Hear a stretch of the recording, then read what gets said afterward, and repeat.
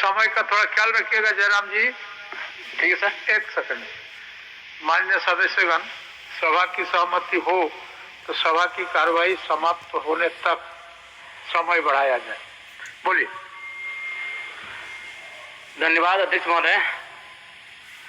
सरकार ने ग्रामीण विकास के लिए 9,841 करोड़, ग्रामीण कार्य के लिए 4,776 करोड़, पंचायती राज के लिए 2,144 करोड़ और वन पर्यावरण विभाग के लिए 1,381 करोड़ की मांग रखी है।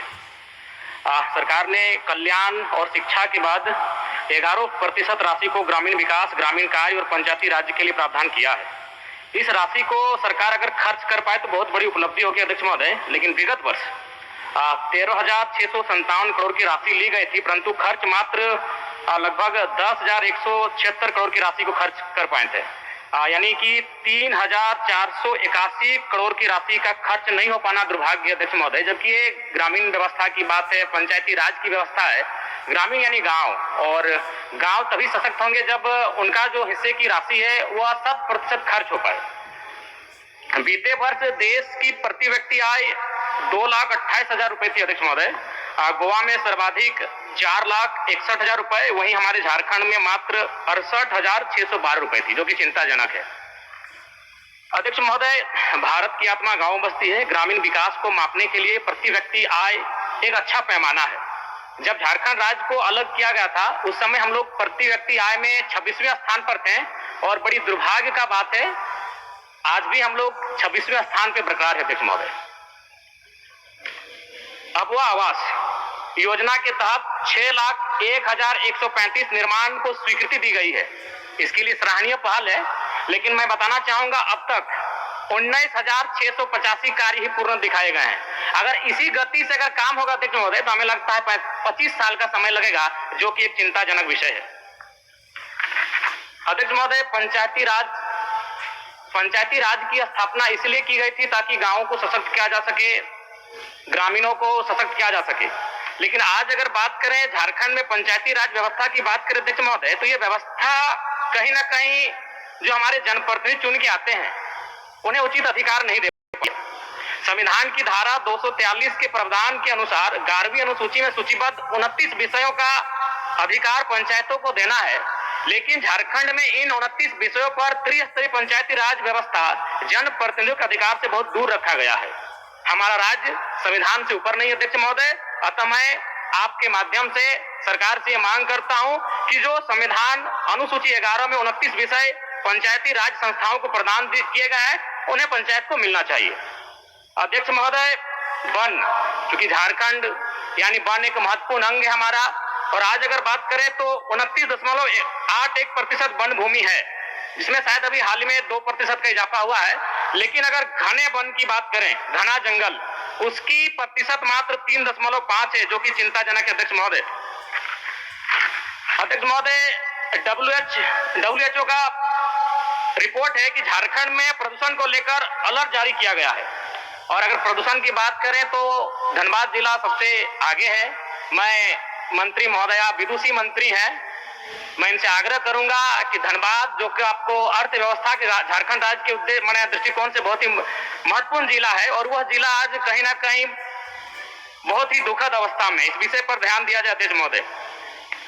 अध्यक्ष महोदय, अगर जलवायु परिवर्तन की बात कहें तो बड़ा चिंताजनक विषय है।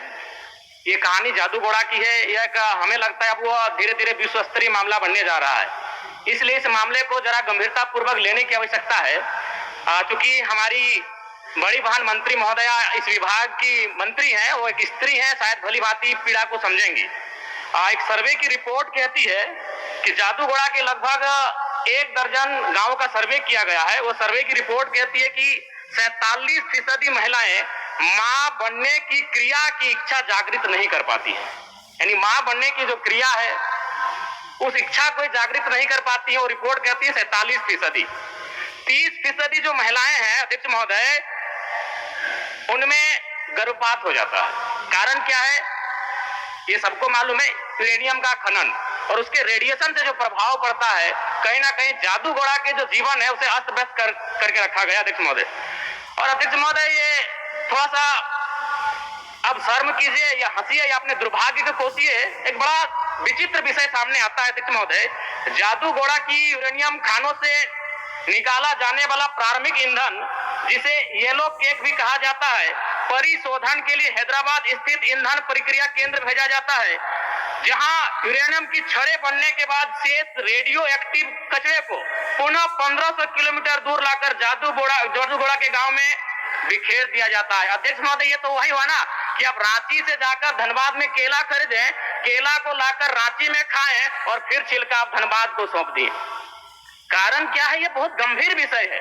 अगर इन विषयों पर हम लोग चर्चा नहीं करेंगे और उन विषयों का समाधान नहीं करेंगे अध्यक्ष महोदय, तो हमारे हिसाब से बहुत ही दुर्भाग्य का विषय अध्यक्ष महोदय। अतः मैं आपके माध्यम से सरकार को ये कहना चाहूंगा कि जादूगोड़ा का जो विषय है अत्यंत ज्वलंत विषय है, इसके निराकरण की दिशा में सदन को, सरकार को बढ़ने की आवश्यकता है। मनरेगा क्योंकि एक और मौका मिलेगा, और मौका 30 सेकंड मनरेगा बोल दे, 30 सेकंड दे दीजिए ना। मनरेगा में अभी केंद्र सरकार के माध्यम से 245 रुपए मानव दिवस है और झारखंड सरकार उसमें 27 रुपए एक्स्ट्रा दे रही है, यानी 272। अगर 100 दिन के आंकड़े को ले लिया जाए तो 272 इंटू 100 यानी 27,000 के आसपास होता है। अगर उसे फिर हम लोग 12 महीने होते हैं, अगर 12 महीने से डिवाइड करेंगे तो 2000 से ज्यादा उसका महीने का इनकम होता है। इससे क्या होता है कि नरेगा का काम लोग करना नहीं चाहते हैं, तो जब नरेगा का काम करना नहीं चाहते हैं, यही करप्शन सृजन होता है।